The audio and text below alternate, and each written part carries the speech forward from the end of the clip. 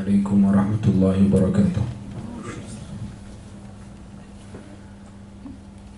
إن الحمد لله نحمده ونستعينه ونستغفره ونعوذ بالله من شرور أنفسنا ومن سيئات أعمالنا.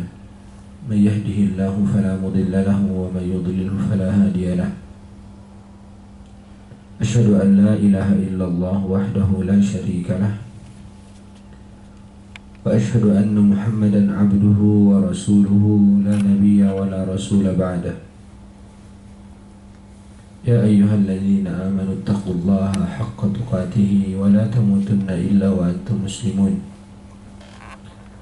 يا أيها الناس اتقوا ربكم الذي خلقكم من نفس واحدة وخلق منها زوجها وبث منهما رجالا كثيرا ونساء واتقوا الله الذي تساءلون به والأرحام إن الله كان عليكم رقيبا. يا أيها الذين آمنوا اتقوا الله وقولوا قولا سديدا يصلح لكم أعمالكم ويغفر لكم ذنوبكم ومن يطع الله ورسوله فقد فاز فوزا عظيما.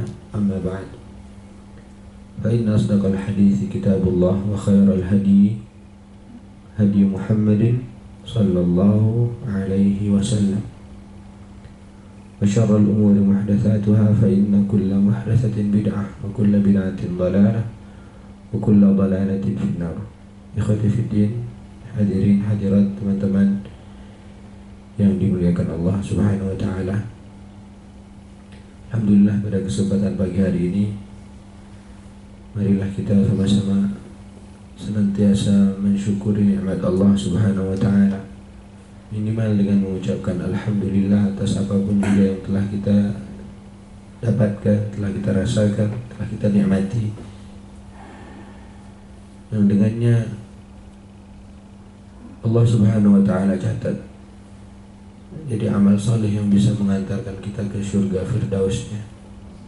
Amin ya rabbal alamin. Pada pagi hari ini kita akan membaca beberapa ayat Allah tentunya yang memberi motivasi kepada kita. Waalaikumsalam. Kita akan membaca beberapa ayat yang terkait dengan Ramadan ataupun ayat-ayat apa saja dari Quran yang bisa memotivasi kita untuk lebih giat lagi dalam menyambut bulan Ramadan dan di saat kita menjalani puasa Ramadan. Sebagai mukaddimah, kita buka punya Quran, kita lihat. Kalau nggak ada pegang mushaf, kita lihat gadget Surat An-Nisa ayat ke-28.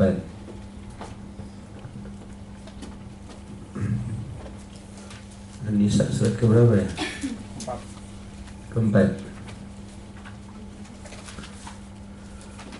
A'udzu billahi minasy syaithanir rajim.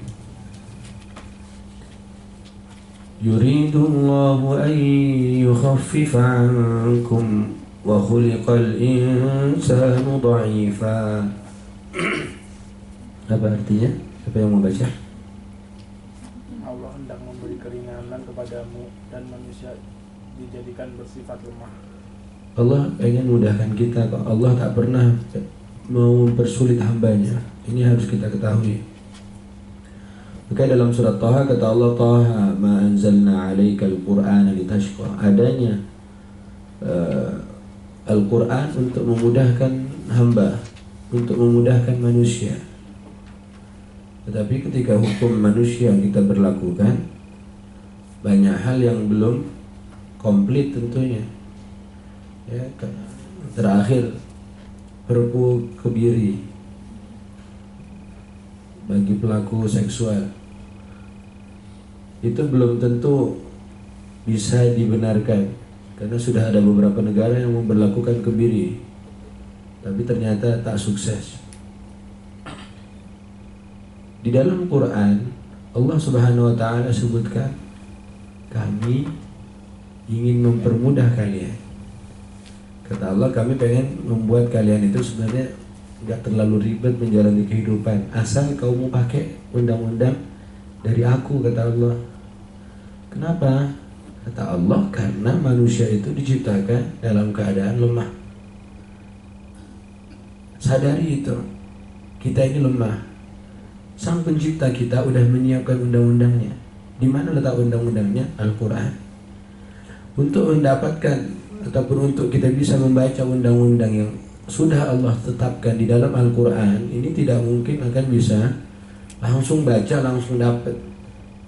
Seperti mau merumuskan undang-undang. Apakah merumuskan undang-undang itu hanya butuh 1 jam, 2 jam? Tiba-tiba bisa dirumuskan, muncul, nongol gitu? Tidak bisa. Makanya Allah sudah sediakan kita sebagai hamba Allah yang lemah ini mencoba untuk apa? Menerapkan, tapi sebelum diterapkan kita harus pelajari dulu undang-undang Allah itu.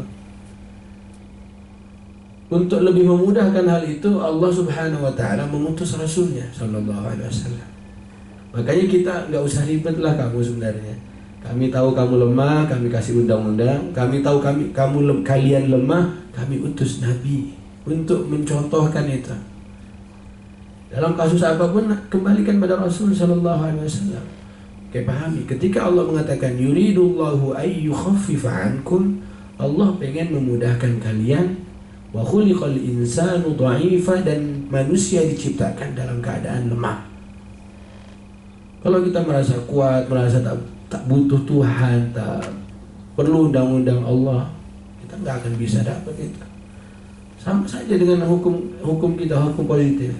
Ketika kita tak butuhkan itu, lampu merah ditabrak, ya, ada undang-undang masa bodoh dia. Ya, emang apaan undang-undang? Persis sebenarnya. Walillahil matsalul a'la. Hanya saja perumpamaan bagi Allah tidak mirip dengan manusia, tidak sama, tidak bisa disamakan dengan manusia. Tapi beginilah hakikatnya. Sekarang kita akan masuk ke bulan Ramadan. Apa yang akan kita persiapkan untuk Ramadan? Biasanya di bulan Ramadan ada beberapa ayat yang hampir semua masjid mengulang-ulang ayat itu. Ayat apa? Al-Baqarah ayat berapa? 183. Coba lihat. 183 atau 185?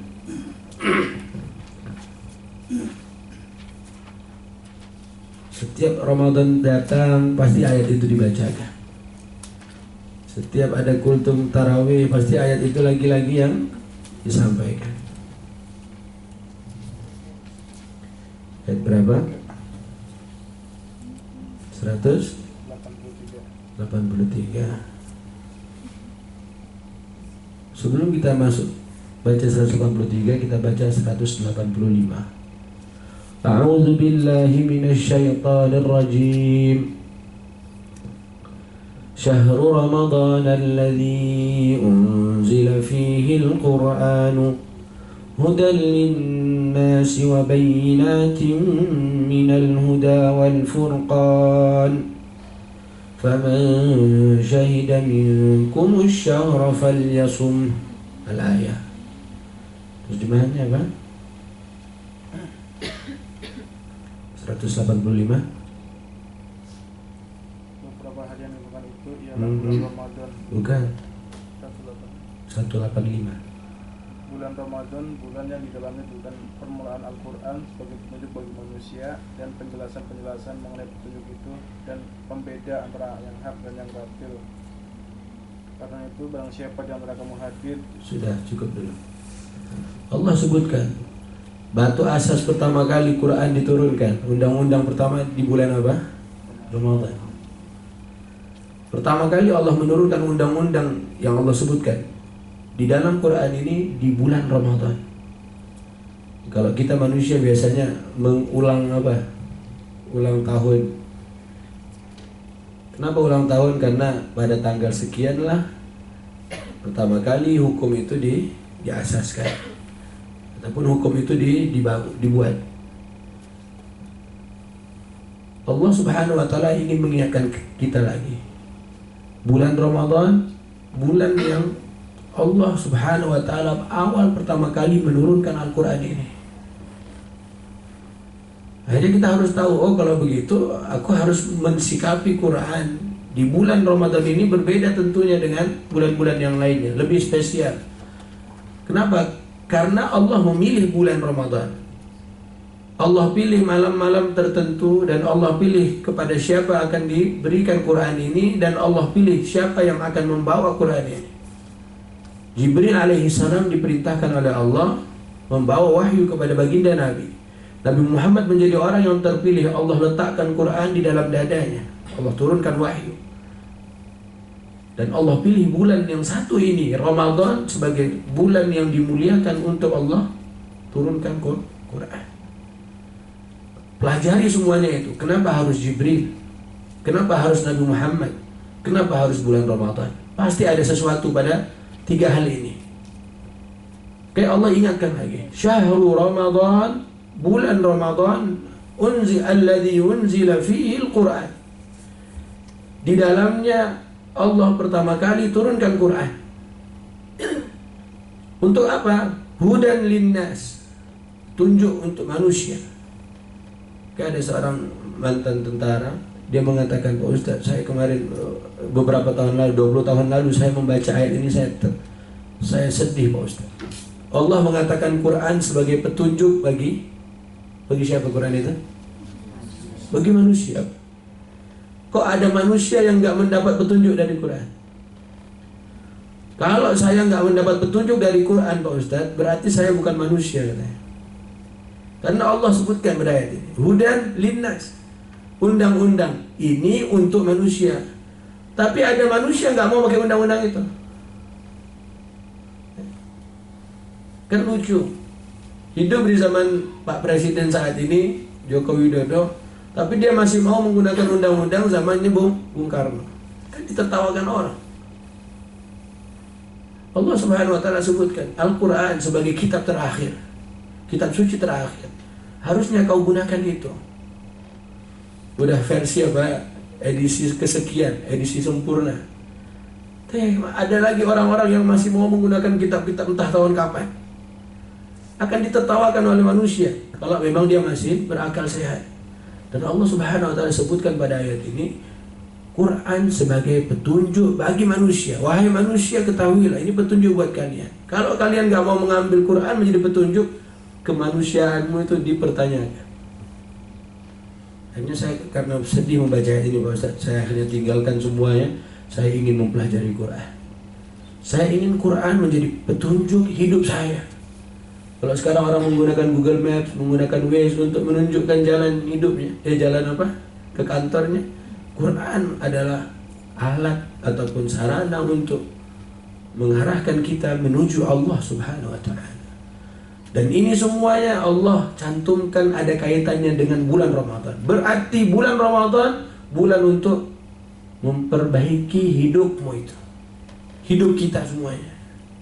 Kenapa memperbaiki hidup kita di bulan Ramadan? Kenapa dengan Quran? Karena Nabi SAW bersabda, telah datang kepada kalian bulan yang penuh dengan berkah. Di dalamnya Allah buka pintu-pintu surga, Allah tutup pintu-pintu neraka jahannam. Wasufidati syayatin, dan Allah belenggu syaitan-syaitan. Di saat Allah belenggu syaitan, di saat Allah tutup neraka jahannam, di saat Allah membuka pintu-pintu surga, kala itulah waktu terbaik. Kapan? Ramadan besok. Jangan diganggu oleh duniamu terus, tapi Quran itu. Maka Rasulullah terbukti sallallahu alaihi wasallam. Kata Ibnu Abbas, setiap malam-malam Ramadan kana yudarisuhul Quran. Jibril alaihi salam mengajarkan Quran pada baginda Nabi setiap malam Ramadan. Kenapa Rasulullah tadi disebutkan belajar Quran itu di malam-malam selain Ramadan bersama Jibril? Karena bulan itu dibelenggu syaitan. Syaitan gak bakalan menggoda kita kalau bukan kita sendirilah yang turunan ada sifat syaitani di dalam diri kita. Wal'iyadzubillah. Oke, manfaatkan bulan Ramadan karena Allah Subhanahu wa taala melalui lisan Rasulnya mengatakan di bulan Ramadan syaitan dibelenggu semuanya. Maksimalkan waktu itu untuk bersama dengan Quran. Orang kalau sidang rapat berisik kan nggak jadi jalan sidang itu. Ada demo di luar sidang, di luar pengadilan, bisa bubar ya. Hakim berulang-ulang suruh diam, nggak jadi sidang. Oke, di saat lagi tenang, lagi setan nggak ada yang gentayangan, saat itu pelajari Quran. Ya. Rasulullah cukup sebulan belajar Quran, aplikasinya 11 bulan. Kita 11 bulan belajar Quran, tapi setan gentayangan terus. Di mana-mana setan. Yang nempel apa? Ketika Ramadan Allah Subhanahu wa taala sebutkan jangan berlebih-lebihan, makanlah, minumlah, jangan lebih-lebih. Kita saat Ramadan malah lebihnya banyak. Ketemu apa lagi? Ketemu cendol, ketemu cincau, ketemu macam-macam ketika buka puasa. Terbukti Rasulullah di malam Ramadan lebih banyak tidak tidur. Kenapa? Ada tamu istimewa Jibril alaihissalam. Oke, khotifiddin, teman-temanku yang dimuliakan Allah, dalam ayat ini Allah ingin ingatkan, bulan Ramadan Allah turunkan Quran sebagai petunjuk buat kalian. Wa bayyinatin minal huda wal furqan. Banyak keterangan-keterangan. Semua keterangan sudah Allah tuliskan dalam Quran. Yang bisa memisahkan antara orang ini benar, orang ini tidak, ketahuan nanti pas Ramadan. Maka coba kita lihat Rasulullah menghadapi Ramadan seperti apa. Apakah Rasulullah makannya banyak ketika Ramadan? Apakah Rasulullah SAW tidurnya banyak ketika Ramadan? Tidak. Bahkan di saat Ramadan, kata para istri Nabi SAW, syaddal mi'zar, mengikat kain sarungnya, menjauhi keluarganya di malam 10 terakhir Ramadan. Itulah Rasul SAW. Sebelum kita membaca ayat 183, dari ayat ini Allah sebutkan bulan Ramadan adalah Allah pertama kali menurunkan Quran. Ada sebuah pertanyaan, lebih dahulu mana, Qurankah ataukah puasa Ramadan? Kalau ada pertanyaan, duluan puasa Ramadan atau duluan Quran? Quran. Kenapa? Karena perintah puasa dalam Quran. Ada lagi yang lain? Duluan puasa apa duluan Ramadan? Quran. Duluan puasa Ramadan atau duluan Quran? Puasa. Kenapa? Perintahnya itu seperti Nabi sebelumnya. Karena sebelumnya ada perintah puasa juga. Satu-satu ya. Yang satu bapak yang ini jawabnya Quran duluan. Yang mas yang sampingnya puasa duluan. Yang lain? Nah, mas, puasa Ramadan dulu atau Quran dulu?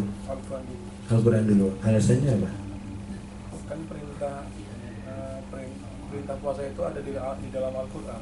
Karena perintah puasa dalam Quran. Sama? 2-1. Menang yang 2. Puasa 2 sama.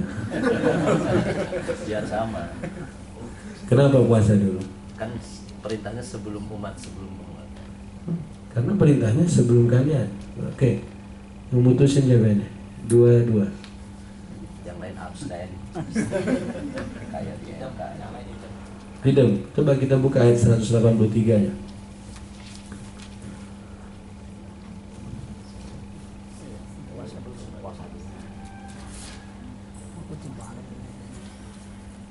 A'udzu billahi minasy syaithanir rajim. Ya ayyuhalladzina amanu kutiba 'alaikumus shiyamu kama kutiba 'alal ladzina min qablikum la'allakum tattaqun. Apa artinya? Orang-orang yang beriman diwajibkan atas kamu berpuasa sebagaimana diwajibkan atas orang-orang sebelum kamu agar kamu bertakwa. Mbak-mbaknya atau ibu-ibu, duluan puasa Ramadan atau duluan Quran?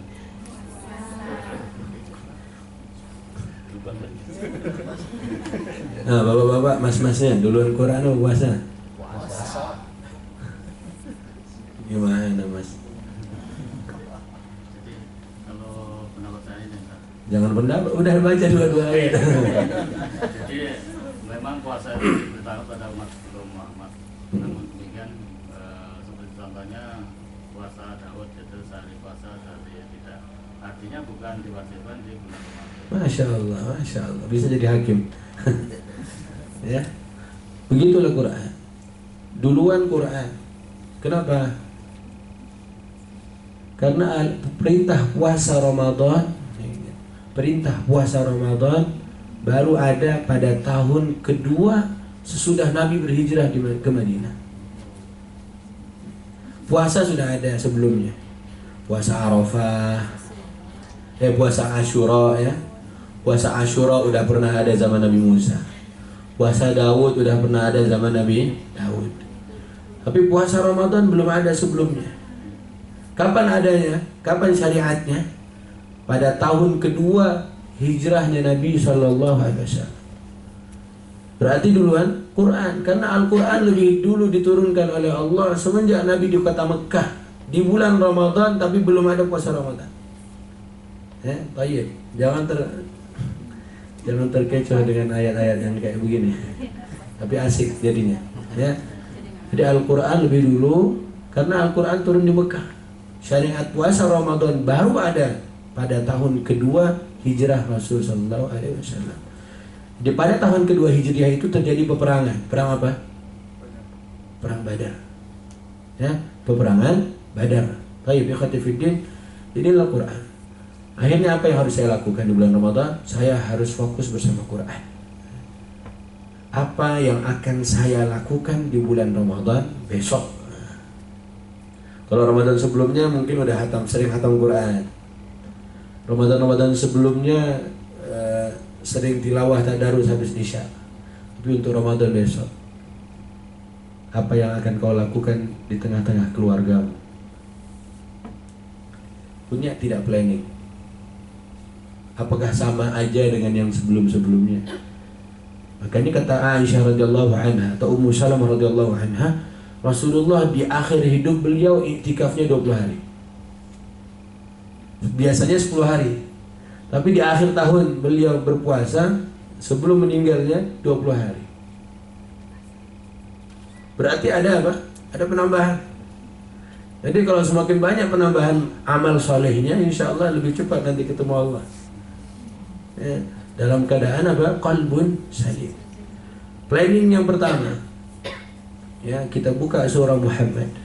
Buka surah Muhammad. Silakan. Duduknya ini apa? Gak usah keliling. Apa namanya? Bersof-sof. Gak apa-apa duduknya bersof-sof. Jadi kalau kita membaca Quran, pengajian Rasul Sallallahu Alaihi Wasallam itu duduknya rapat. Ya, ada tidak di Quran sebelum kita masuk ke Muhammad? Jadi dalam Quran Allah sebutin pengajian Rasulullah itu orang pada kerumun semuanya. Ada tidak di Quran? Siapa yang pernah ke Arab Saudi atau ke Mekah, Madinah? Pernah melihat bagaimana syekh-syekh itu ketika ngajar? Dia duduk di atas kursi, ya. Kursi itu bahasa Inggrisnya apa? Chairman mulai ada dalam bahasa kosakata bahasa Inggris itu karena orang apa? Karena orang Islam. Oke, semua guru-guru itu duduk di atas kursi, murid-muridnya di bawah. Oke, sesudah Islam berkembang, muncul kata chairman karena apa? Karena kondisi umat Islam, syekh ataupun gurunya duduk di atas kursi ngajarin murid-muridnya. Kerumun di sekelilingnya. Di Inggris, di Barat kan nggak ada model belajar seperti itu. Yang ada di dalam Islam. Baik. Dalam Quran Allah sebutkan, wahai Nabi, dalam Quran Allah sebutkan, idza qila lakum tafassahu fil majalisi fafsahu. Apabila kalian diperintahkan untuk melapangkan tempat duduk kalian, maka lapangkanlah. Itu perintah Allah. Kalau kalian lapangkan tempat duduk kalian, nanti Allah lapangkan tempat duduk kalian di akhirat besok. Berarti apa? Duduknya para sahabat penuntut ilmu di sekitar Rasulullah itu semua apa? Merapat dengan Nabi SAW. Makanya firman Allah turun, jikalau kamu disuruh melapangkan tempat dudukmu, maka lapangkanlah. Siapa yang tahu di surat apa ini? Yarfa'illahu alladhina amanu minkum. Allah angkat derajat orang-orang yang beriman dan berilmu di antara kalian. Coba buka Al-Mujadilah. Jadi dalam Quran semua Allah Subhanahu wa ta'ala sebutkan. Sampai menulis dengan tangan kanan pun Allah ajarkan. Duduk di majelis rapat, Allah sebutkan. Menulis dengan tangan kanan, Allah sebutkan. Cuman tak sejelas apa yang kita inginkan. Harus butuh mikir. Allah ngasih kode-kode doa. Sudah Al-Mujadilah? Al-Mujadilah surat keberapa? 58. Firman Allah, yarfa'illahu alladhina amanu minkum. Ayat berapa? 11. Coba baca ayatnya. Ya ayyuhalladzina amanu idza qila lakum tafassahu fil majalisi fafsahu yafsahillahu lakum. Kemudian yang kedua apa? Wabil walidaini ihsana. Kalian harus berbuat ihsan kepada kedua orang tua. Allah tak sebut berbuat baik saja, tapi Allah sebutkan berbuat ihsan. Makanya ada birrul walidain, berbakti kepada kedua orang tua. Tapi untuk orang tua Allah Subhanahu wa taala sebutkan ihsan. Apa yang disebut ihsan?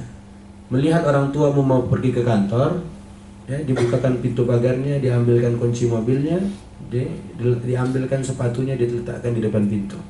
Itu ihsan. Anak yang baik ketika melihat orang tuanya mau pergi ataupun mau berangkat kerja, diambilkan semuanya tadi. Pintu pagarnya dibukain, kunci mobilnya diambilin, sepatunya ditaruh di depan pintu. Yang seperti ini disebut ihsan dalam bahasa Arab. Kenapa? Karena belum disuruh. Kalau orang tuamu udah nyuruh, nak bukain pintu, itu wajib dilakukan. Karena perintah. Kalau kita udah mulai. Oke, ihsan dalam bahasa Arab Allah sebutkan tadi, belum disuruh udah kau kerjakan.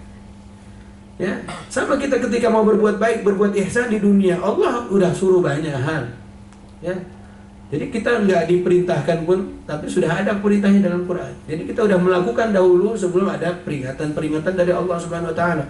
Istighfar pas ada bencana, jangan. Pas nggak ada bencana pun kamu istighfar karena ayatnya udah ada. Posisi orang tua dalam hal ini Allah Subhanahu wa taala letakkan kedua sesudah Allah. Kata Allah, Allah tetapkan kalian harus sembah Allah, kalian harus berbuat ihsan pada kedua orang tua. Orang tua harus tahu posisinya. Di mana letaknya? Di bawah Allah langsung. Kalau orang tua nggak tahu posisinya di bawah Allah langsung untuk anak-anaknya, berarti dia nggak benar. Jika orang tua coba perbaiki hubungan ini.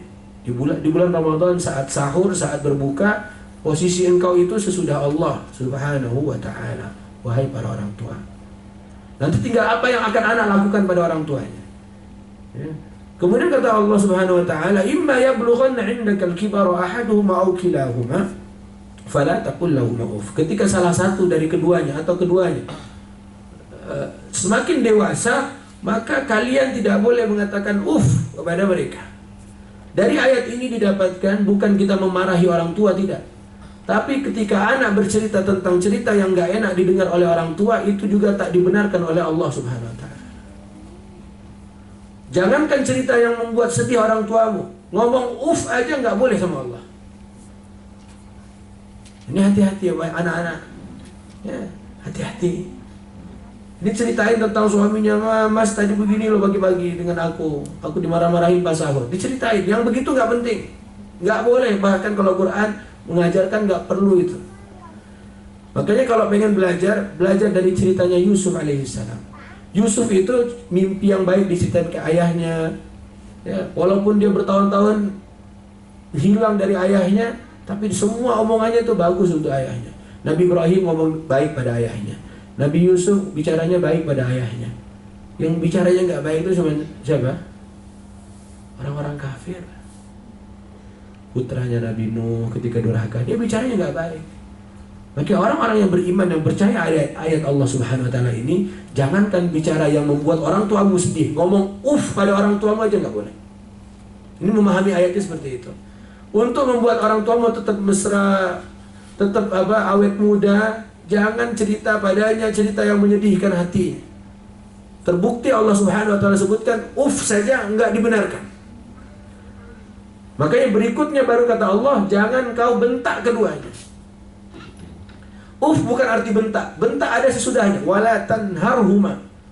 Jangan kau bentak keduanya. Berarti yang pada di awal. Jangan ngomong itu bukan membentak. Tapi apa? Bicara saja menyedihkan orang tuamu. Apalagi kau cerita semua cerita tentangmu yang sedih-sedih pada orang tua, enggak dibenarkan oleh Allah Subhanahu wa ta'ala. Perhatikan. Kayak urusan rumah tangga selesaikan kamu sendiri. Jangan bawa-bawa orang tua. Kalau sudah bawa orang tua nanti pusing dia. Udah keriput tambah keriputnya. Kemudian Allah Subhanahu wa ta'ala katakan wa qul lahuma qawlan karima. Ini perintah. Tadi Allah larang, ini perintahnya apa? Kalau mau bicara dengan orang tua, bicaranya baik. Bicaranya mulia, bicaranya sopan. Ayat itu udah kita baca, amalkan ayat ini.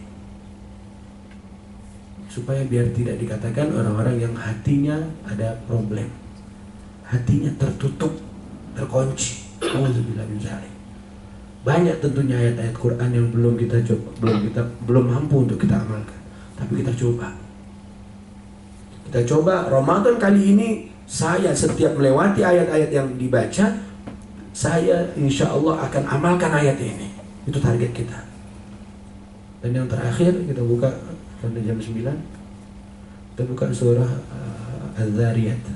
Buka surah Az-Zariyat. Di pelajaran bulan lalu ya. Buka Az-Zariyat. Az-Zariyat surah keberapa? Ayat ke-18. 51 apa 56 Az-Zariyat? Hah?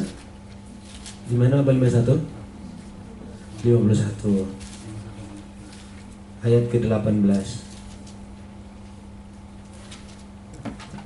Apa bunyi ayatnya? Wabil ashari hum yastaghfirun. Kita amalkan ayat ini. Mungkin udah ada yang hafal, tapi kita ingin amalkan. Saya baca, saya lihat, saya paham, saya amalkan.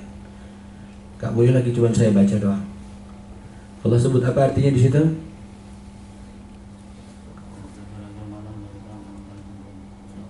Dan pada akhir-akhir malam mereka memohon ampun pada Allah. Kalau mau tahu komplitnya dari ayat 15 kata Allah, innal muttaqina fi jannatin wa uyun akhidhina ma atahum rabbuhum innahum kanu qabla dhalika muhsinin kanu qalilan minal layli ma yahja'un wa bil ashari hum yastaghfirun. Orang-orang yang takwa, orang-orang yang taat pada Allah Subhanahu wa ta'ala, mereka akan dimasukkan ke dalam surga-surga yang mengalir, yang ada taman dan mata air yang mengalir. Mereka akan menikmati nikmat-nikmat surga itu adalah pemberian dari Tuhan mereka, karena dulu mereka saat di dunia berbuat ihsan, berbuat baik. Apa yang perbuatan amal soleh apa? Perbuatan baik apa yang dilakukan saat itu? Yang di dunia mereka lakukan, yang menjadikan surga tempat kembali mereka sedikit tidur di malam hari. Udah baca ayatnya? Kalau begitu saya harus nggak ada lagi 8 jam nanti. Kata kedokteran, ilmu kedokteran menyebutkan tidur normal terbaik 8 jam sehari. Ngapain Allah ngomong begini? Kata Allah, besok yang penikmat-penikmat surga, bapak-bapak, ibu-ibu ini, ya, saat di dunia kata Allah apa? Mereka sedikit tidur di malam hari. Mampu nggak? Dan insya Allah terbukti bulan Ramadan. Biasanya habis isya tidur, ini habis isya tarawih. Kemudian yang kedua apa? Wabil walidaini ihsana. Kalian harus berbuat ihsan kepada kedua orang tua. Allah tak sebut berbuat baik saja, tapi Allah sebutkan berbuat ihsan. Makanya ada birrul walidain, berbakti kepada kedua orang tua. Tapi untuk orang tua, Allah Subhanahu wa ta'ala sebutkan ihsan. Apa yang disebut ihsan? Melihat orang tua mau pergi ke kantor, ya, dibukakan pintu pagarnya, diambilkan kunci mobilnya, diambilkan sepatunya, diletakkan di depan pintu. Itu ihsan. Anak yang baik ketika melihat orang tuanya mau pergi ataupun berangkat kerja, diambilkan semuanya tadi. Pintu pagarnya dibukain, kunci mobilnya diambilin, sepatunya ditaruh di depan pintu. Yang seperti ini disebut ihsan dalam bahasa Arab. Kenapa? Karena belum disuruh. Kalau orang tuamu udah nyuruh, nak bukain pintu, itu wajib dilakukan. Karena perintah. Kalau kita udah mulai. Oke, ihsan dalam bahasa Arab Allah sebutkan tadi, belum disuruh udah kau kerjakan. Ya, sama kita ketika mau berbuat baik, berbuat ihsan di dunia, Allah udah suruh banyak hal. Ya. Jadi kita nggak diperintahkan pun, tapi sudah ada perintahnya dalam Quran. Jadi kita udah melakukan dahulu sebelum ada peringatan-peringatan dari Allah Subhanahu Wa Taala. Istighfar pas ada bencana, jangan. Pas nggak ada bencana pun kamu istighfar karena ayatnya udah ada. Nah, posisi orang tua dalam hal ini Allah Subhanahu Wa Taala letakkan kedua sesudah Allah. Kata Allah, Allah tetapkan kalian harus sembah Allah, kalian harus berbuat ihsan pada kedua orang tua. Orang tua harus tahu posisinya. Di mana letaknya? Di bawah Allah langsung. Kalau orang tua nggak tahu posisinya di bawah Allah langsung untuk anak-anaknya, berarti dia nggak benar. Jika orang tua coba perbaiki hubungan ini. Di bulan Ramadan saat sahur, saat berbuka, posisi engkau itu sesudah Allah Subhanahu Wa Taala. Wahai para orang tua. Nanti tinggal apa yang akan anak lakukan pada orang tuanya. Ya. Kemudian kata Allah Subhanahu Wa Taala, "Imma yablughanna 'indaka al-kibara ahaduhuma aw kilahuma, fala taqul lahumā uff." Ketika salah satu dari keduanya atau keduanya semakin dewasa, maka kalian tidak boleh mengatakan uff kepada mereka. Dari ayat ini didapatkan bukan kita memarahi orang tua, tidak. Tapi ketika anak bercerita tentang cerita yang gak enak didengar oleh orang tua, itu juga tak dibenarkan oleh Allah Subhanahu Wa Taala. Jangankan cerita yang membuat sedih orang tuamu, ngomong uf aja nggak boleh sama Allah. Ini hati-hati ya anak-anak. Ya, hati-hati. Ini ceritain tentang suaminya, mas tadi begini loh pagi-pagi dengan aku dimarah-marahin pas sahur. Diceritain, yang begitu nggak penting, nggak boleh. Bahkan kalau Quran mengajarkan nggak perlu itu. Makanya kalau pengen belajar dari ceritanya Yusuf alaihissalam. Yusuf itu mimpi yang baik diceritain ke ayahnya. Ya, walaupun dia bertahun-tahun hilang dari ayahnya, tapi semua omongannya itu bagus untuk ayahnya. Nabi Ibrahim ngomong baik pada ayahnya. Nabi Yusuf bicaranya baik pada ayahnya. Yang bicaranya nggak baik itu cuma siapa? Orang-orang kafir. Putranya Nabi Nuh ketika durhaka, dia bicaranya nggak baik. Maka orang-orang yang beriman yang percaya ayat Allah Subhanahu Wa Taala ini, jangankan bicara yang membuat orang tuamu sedih, ngomong pada orang tuamu aja nggak boleh. Ini memahami ayatnya seperti itu. Untuk membuat orang tuamu tetap mesra, tetap awet muda, jangan cerita padanya cerita yang menyedihkan hati. Terbukti Allah Subhanahu Wa Taala sebutkan saja nggak dibenarkan. Makanya berikutnya baru kata Allah, jangan kau bentak keduanya. Bukan arti bentak. Bentak ada sesudahnya. Wala tanharhuma. Jangan kau bentak keduanya. Berarti yang pada di awal. Jangan ngomong itu bukan membentak. Tapi bicara saja menyedihkan orang tuamu. Apalagi kau cerita semua cerita tentangmu yang sedih-sedih pada orang tua, enggak dibenarkan oleh Allah Subhanahu Wa Taala. Perhatikan. Kayak urusan rumah tangga selesaikan kamu sendiri. Jangan bawa-bawa orang tua. Kalau sudah bawa orang tua nanti pusing dia. Udah keriput tambah keriputnya. Kemudian Allah Subhanahu Wa Taala katakan, wa qul lahuma qawlan karima. Ini perintah. Tadi Allah larang, ini perintahnya apa? Kalau mau bicara dengan orang tua, bicaranya baik, bicaranya mulia, bicaranya sopan. Ayat itu udah kita baca, amalkan ayat ini supaya biar tidak dikatakan orang-orang yang hatinya ada problem, hatinya tertutup, terkunci. Alhamdulillah bin zalik. Banyak tentunya ayat-ayat Quran yang belum mampu untuk kita amalkan. Tapi kita coba. Kita coba Ramadan kali ini, saya setiap melewati ayat-ayat yang dibaca, saya insya Allah akan amalkan ayat ini. Itu target kita. Dan yang terakhir kita buka pada jam 9. Kita buka surah Az-Zariyat. Buka surah Az-Zariyat. Di pelajaran bulan lalu ya. Buka Az-Zariyat. Az-Zariyat surah keberapa? ayat ke-18. 51 apa 56 Mas Zarian? Hah? 56 apa 51? 51 ayat ke-18. Apa bunyi ayatnya? Wabil ashari hum yastaghfirun.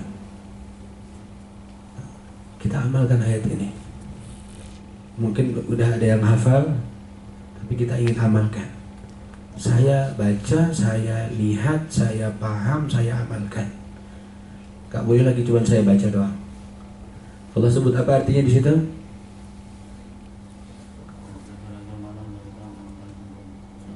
Dan pada akhir-akhir malam mereka memohon ampun pada Allah. Kalau mau tahu komplitnya dari ayat 15 kata Allah, innal muttaqina fi jannatin wa uyun akhidhina ma atahum rabbuhum innahum kanu qabla dhalika muhsinin kanu qalilan minal layli ma yahja'un wa bil ashari hum yastaghfirun. Orang-orang yang takwa, orang-orang yang taat pada Allah Subhanahu wa taala, mereka akan dimasukkan ke dalam surga-surga yang mengalir, yang ada taman dan mata air yang mengalir. Mereka akan menikmati nikmat-nikmat surga itu adalah pemberian dari Tuhan mereka karena dulu mereka saat di dunia berbuat ihsan, berbuat baik. Apa yang perbuatan amal soleh apa, perbuatan baik apa yang dilakukan saat itu?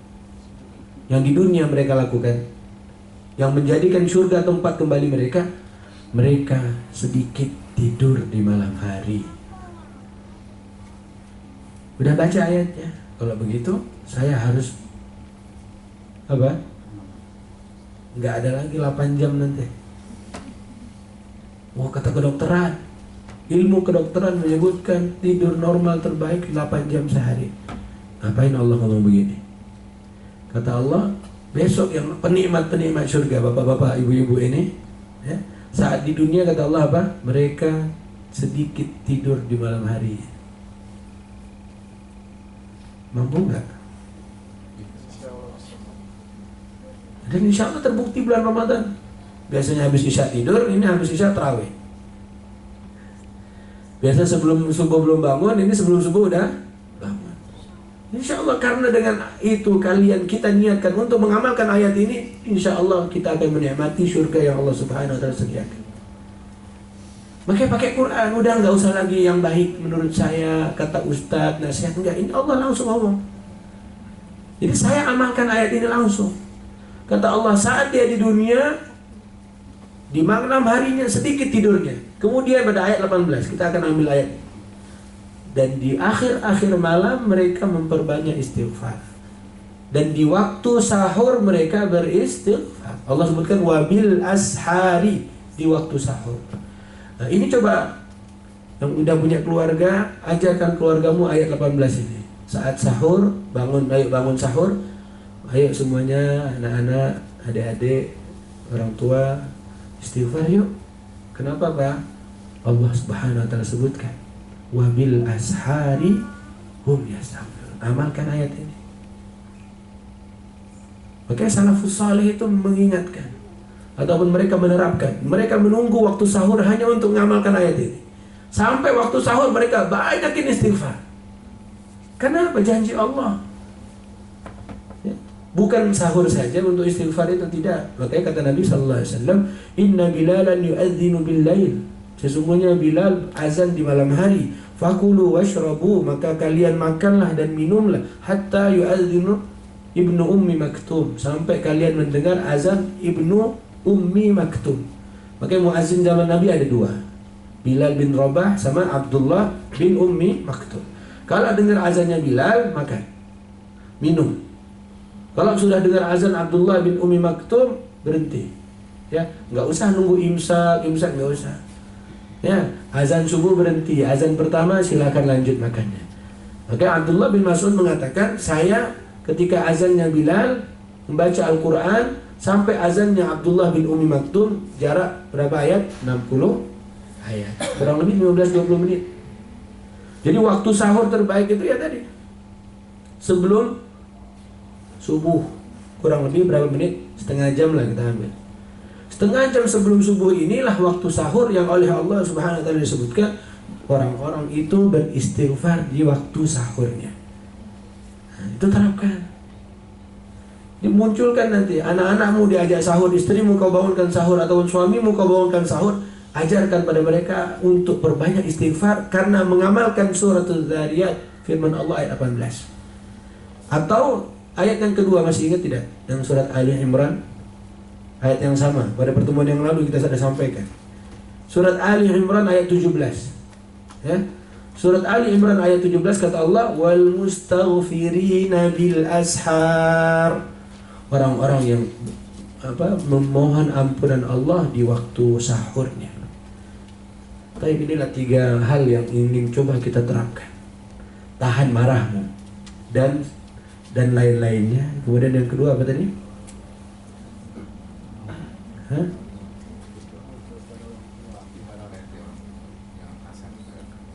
Apa lagi? Tahan marahmu, apa lagi? Minta ampun pada Allah saat sahur, apa lagi? Jangan ngomong pada orang tua. Ini bukan membentak. Ngomong itu ngomong yang membuat sedih orang tua. Saja bisa membuat sedih, apalagi kau cerita-cerita sedih pada orang tua. Ceritain semua urusan keluarganya pada ibunya. Tambah pusing ibunya. Kan kasusnya begini, pagi-pagi si Mas marah-marah tadi pas sahur sorenya mau buka puasa di rumahnya, di rumah mertuanya. Di mana ibunya? Ibunya kan cuma ingin cerita sahur, dimarahin. Datang dilihat anaknya, menantunya ya. Padahal udah sahur dimarahin, siangnya udah baik kan sebenarnya. Cuma nggak diceritain pas baikan. Pas buka puasa datang, dilihatin tuh menantunya itu. Ya salah kamu. Nanti ibunya marah-marah menantunya. Mama kenapa sih Itu tadi. Istrimu ceritain ke mama. Kan repot. Makanya nggak usah. Jangankan ngomong yang begitu. Aja dilarang oleh Allah. Amalkan 3 hal. Ya, ayat-ayat Quran yang kita lewati di bulan Ramadan mulai. Karena bulan ini khususnya Allah sebutkan. Allah spesial di bulan turunnya Quran. Berarti ngamalin Quran kita. Jadi tidak lagi kita melewati hanya lewat begitu saja. 3 hal yang Israfil coba tawarkan. Ya, beberapa ayat-ayat Allah yang sudah kita baca. Ini tawaran Allah Subhanahu wa taala tentunya, bukan Israfil hanya membacakan, membantu untuk kita semuanya. Sahur, banyakin istighfar. Di waktu lain tentu nggak apa-apa istighfar, silakan. Karena Rasulullah beristighfar dalam sehari 100 kali. Padahal beliau nggak berdosa, nggak berzina, nggak minum khamar. Tapi Allah sebutkan ada nih penghuni surga suka istighfar waktu sahur. Ingatkan, turunkan pada anak-anakmu, pada istrimu, keluargamu, pada teman-temanmu, ya. Sahur, tulis bawahnya apa? Istighfar yuk. Masukin ayatnya di broadcast. Enggak apa-apa, pahala untuk antum. Yang kedua, jangan bikin sedih orang tuamu walaupun hanya dengan mengatakan saja nggak boleh, apalagi ceritanya 10 menit. Kalau cerita 10 menit ibu-ibu udah cerita ke ibu-ibu, itu udah banyak udah. Ya. Saja nggak boleh. Apalagi 10 menit. Kemudian yang ketiga, yang pertama, marah. Tahan marah. Karena Allah sebutin itu. Pengen marah, tahan lagi. Kalau sudah bisa menahan marahmu, surga untuk kalian yang luasnya seluas langit dan bumi. Semoga Allah ampunkan dosa-dosa kita. Mohon maaf lewat 9 menit. Ya Allah, ampunkanlah dosa kaum muslimin, muslimat, mukminin dan mukminat yang masih hidup ataupun yang telah meninggal dunia. Ya Allah, ya Allah, jadikanlah kami hamba-hambamu yang syukur, hamba-hambamu yang senantiasa Engkau berikan rahmat-Nya. Ya Allah, jadikanlah kami pemimpin-pemimpin di dalam rumah tangga, di dalam perusahaan, di dalam kehidupan ini, pemimpin-pemimpin yang diberi rahmat oleh Engkau. Ya Allah, ya Allah, sayangi kami. Ya Allah, kami telah banyak berbuat zalim.